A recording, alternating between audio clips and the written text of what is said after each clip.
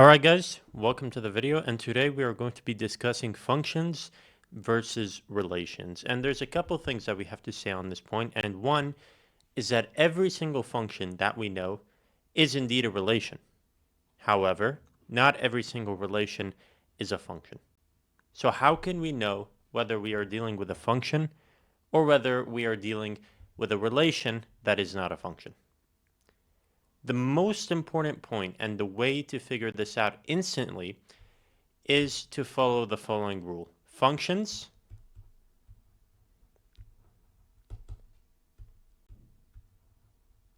have one output for each input.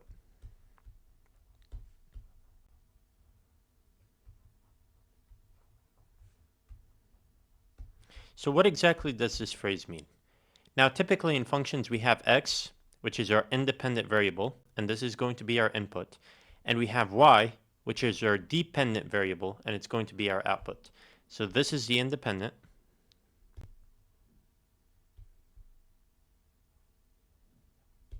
And this is what we call the input. And we have our dependent. In other words, we call this the output.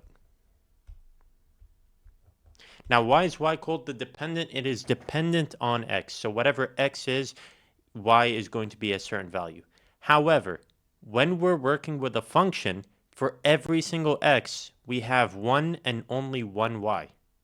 Whereas with a relation, for every single x, we can have one y or we could have several y's. And let's go ahead and see this graphically. So for example, this is a function, and the reason why this is a function is because for every single x, let's just say that this is x is 1, we can see that we have the same y. We'll call this y1. Now for minus 1, we can see that we also have y1, and that's fine. Functions can have the same output for two different inputs. So if we put in x is 1 and we put in x is minus 1, in both cases we're going to get y is equal to 1, and that's perfectly fine, because in both cases we are putting in one input and we're getting back one output. However, let's look at the relation. The relation, let's say I take this as x is equal to 5, we can see that this will intersect in two different y's. So for example, let's just call this 4 and this one minus 4 for the sake of argument. We can see that when x is equal to 5, y is equal to either 4 or minus 4. In this case, I believe it'd be 4 and minus 4. And that's a major problem. This is not a function. Because this x has two different y's, this would be classified as a relation, whereas this one would be a function. And the best way to determine whether we have a function or a relation, especially if you have the graph, is to perform the vertical line test, also called the VLT. And the vertical line test is essentially just drawing a vertical line across the function like this and seeing how many points it's going to intersect. We can see that for our function, it's only going to intersect the graph at 1 point. And this tells us that we indeed have a function and not a relation, because for every single x, we have one and only one y. Whereas in the relation, once we perform the VLT and we draw our vertical lines, it is going to intersect in more than one position. So remember, functions are relations in math where for every single input, we have one and only one output.